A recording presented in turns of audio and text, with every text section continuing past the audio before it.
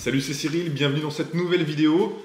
Aujourd'hui, j'aimerais te parler de 5 petits changements qui ont littéralement amélioré ma vie. Alors tu vas le voir, certains sont tellement simples, mais tellement puissants si on les applique au quotidien et de manière régulière. Je vais sous-estimer ces conseils et pourtant, ça me permet d'avoir plus de vitalité, plus de sérénité et au final, une meilleure énergie dans ma journée. Alors t'es prêt? C'est parti. Le premier changement, c'est de boire de l'eau. L'eau, c'est la vie, c'est la santé, n'est-ce pas Jean-Claude? J'adore l'eau. Dans 20-30 ans, il n'y en aura plus. Quand je bois assez d'eau, 4 à 5 litres d'eau par jour avec le sport que je fais, je me sens vraiment super bien. Et si je ne fais pas ce petit effort au quotidien, alors je commence à en ressentir les effets. Alors d'un côté, on a une fatigue constante, je me sens moins réactif, moins vif. Et le deuxième effet, c'est un manque de lucidité en général, moins de clarté lorsqu'il s'agit de faire des choix dans la journée. C'est assez invisible, mais au final, c'est assez présent. C'est particulier. Alors le petit tips que je vais te donner, c'est vraiment de multiplier les occasions de boire, comme ici avec ce petit bidon. Sinon, prends une gourde qui va t'accompagner dans toute ta journée et au final, tu vas boire sans t'en rendre compte et tu vas boire davantage. Le deuxième changement adopté, c'est d'appliquer la règle des 2 minutes. Être efficace, c'est pas seulement avoir une to-do claire avec des priorités, des moments Pomodoro, une série de routines quotidiennes et un emploi du temps au top. Être efficace, c'est aussi agir instantanément sans réfléchir. La règle des 2 minutes, c'est simple, c'est de David Allen, l'auteur de Getting Things Done et de la méthode d'organisation du même nom, GTD. Le principe, c'est de traiter une tâche immédiatement lorsqu'elle prend moins de 2 minutes. Dans mon cas, la situation classique, c'est de tourner une vidéo YouTube ou client et de me retrouver dans 2 situations. La première situation, je me dis que je ferai la sauvegarde des rushs plus tard, mais j'ai un autre tournage et je dois tout copier en urgence sur l'ordi.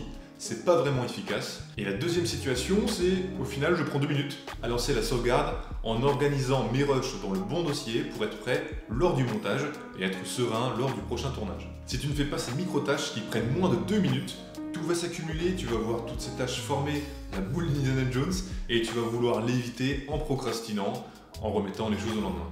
Alors au lieu de te dire je ferai ça tout à l'heure, je ferai ça plus tard, fais-le maintenant et tu gagneras du temps et de la sérénité pour plus tard. Le troisième changement, c'est de marcher tous les jours. On recommande souvent de marcher ou d'avoir une activité physique modérée de 30 minutes par jour pour réduire de 30% les risques d'accidents cardiovasculaires. Et je pense que vraiment 30 minutes, pour moi, c'est vraiment le strict minimum. Le mouvement, pour moi, c'est vraiment l'énergie. Quand on est en manque d'énergie, on est un peu trop sédentaire, un peu trop dans l'immobilisme. Le simple fait de bouger, même un ping-pong, de se lever, de bouger, de sauter, ça nous permet d'avoir un regain d'énergie énorme. Et après, ça nous redonne un coup de fouet dans toute la journée. Et c'est vraiment ce que me permet la marche. On va dire j'essaie de marcher une demi-heure, des fois 1 heure quand j'ai le temps. Et ça me permet vraiment d'apprécier tous les bienfaits. Je rentre, je suis requinqué, je suis prêt à aller au combat, à travailler à nouveau ou à juste me détendre encore un peu plus. C'est vraiment top. J'ai donc remarqué plusieurs avantages à la marche. Le premier avantage, je l'ai dit juste avant, c'est vraiment quand on a un coup de mou, quand on a une baisse d'énergie, le simple fait d'être dans le mouvement, de marcher, ça va nous permettre d'augmenter notre niveau d'énergie. Et ça, c'est vraiment top. Quand on est un peu dans un niveau d'énergie bas, on marche, on est au top après. J'ai vu aussi que j'arrivais mieux à digérer pour un meilleur transit en général. Un autre avantage à la marche, ça va améliorer notre flux sanguin et j'ai l'impression qu'en marchant, je vais avoir une meilleure irrigation de mon cerveau. Je vais avoir des problèmes à résoudre et le simple fait de marcher va me permettre de trouver des réponses à toutes ces questions et c'est juste dingue Le simple, à chaque fois, j'arrête pas de dire le simple fait, mais c'est vraiment tellement simple c'est tellement sous-coté. Quand on marche, on a des idées en vrac, on a des réflexions, des bouts de piste, etc. Et ça va vraiment nous permettre de résoudre de trouver des réponses à nos problèmes, que ce soit lors d'un montage vidéo où je suis peut-être un peu des fois la tête dans le guidon, j'ai plus de perspective, j'arrive pas à prendre de la hauteur sur ce que je fais. Le simple fait de marcher, ça me permet juste de prendre une pause dans mon montage. Là il fait beau en plus, donc on est sur une petite balade très sympathique.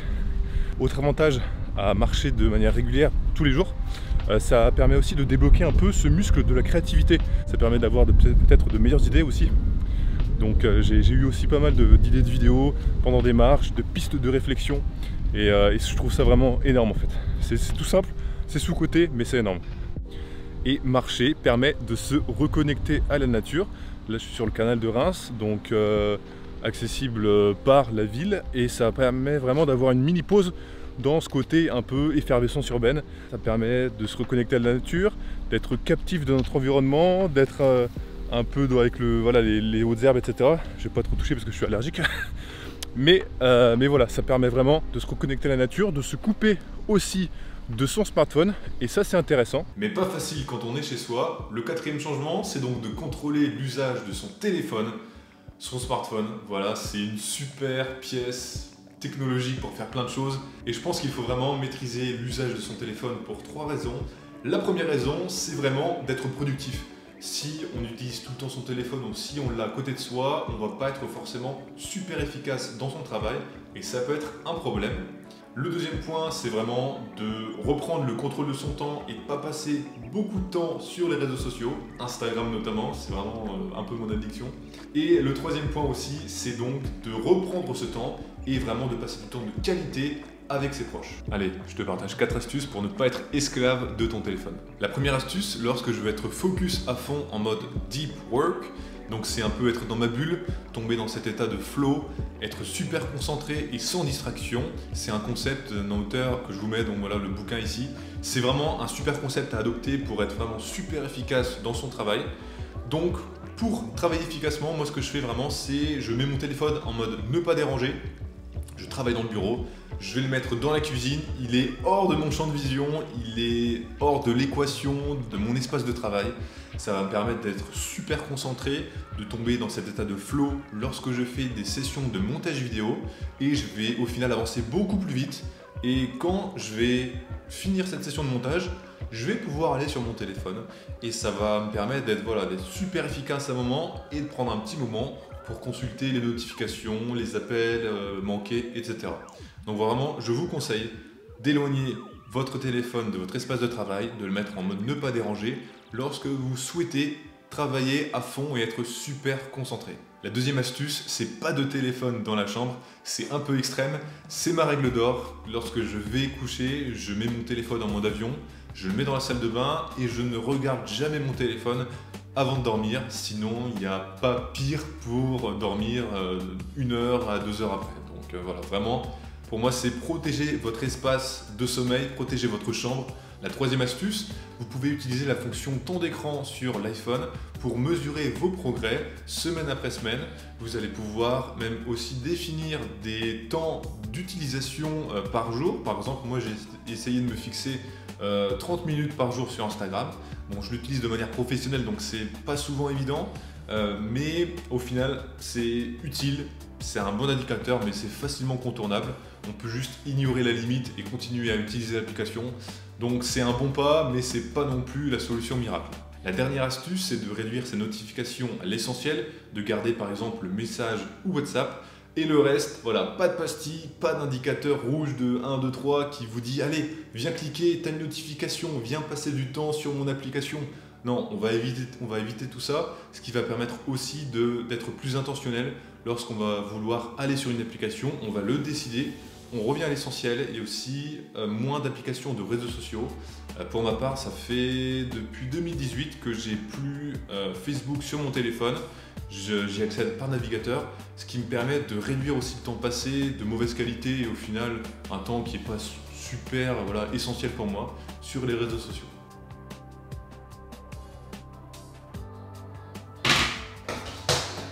Tu ne le sais peut-être pas, mais j'ai relancé ma chaîne YouTube avec l'aide d'un ami, je dirais plutôt un frère d'armes.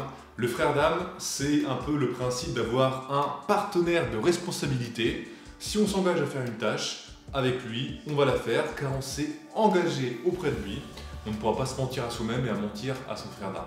Une partie de cette vidéo a d'ailleurs été écrite par lui. Tout seul, on va plus vite et ensemble, on va plus loin. Alors je t'invite à trouver le tien, trouver quelqu'un qui partage cette même passion pour la vidéo, avec qui tu t'entends bien, avec qui tu as envie de créer des projets ensemble. Et je pense que vraiment le top, c'est d'avoir des forces complémentaires. Et c'est le cas de notre duo, et ça vraiment c'est top. Trouver son partenaire n'est pas une question de proximité. Par exemple avec Kwang, on est à quelques centaines de kilomètres l'un de l'autre. On ne s'est encore jamais vu, mais c'est prévu pour le courant de l'été. Et pourtant, on est présents l'un pour l'autre, chaque jour sur WhatsApp, en Zoom, pour vraiment avancer sur nos objectifs. Tu peux bien sûr grandir seul, je l'ai fait à mes débuts, mais au final, tu vas vraiment avoir besoin de quelqu'un pour avancer plus vite, partager, échanger et c'est vraiment un boost énorme. J'espère que tu as aimé cette vidéo et abonne-toi pour ne pas rater la prochaine vidéo. Tu peux aussi me laisser un DM sur mon compte Instagram et je te mets le lien en description. C'était Cyril, d'ici là, prends soin de toi et à très vite pour la prochaine vidéo. Bye bye!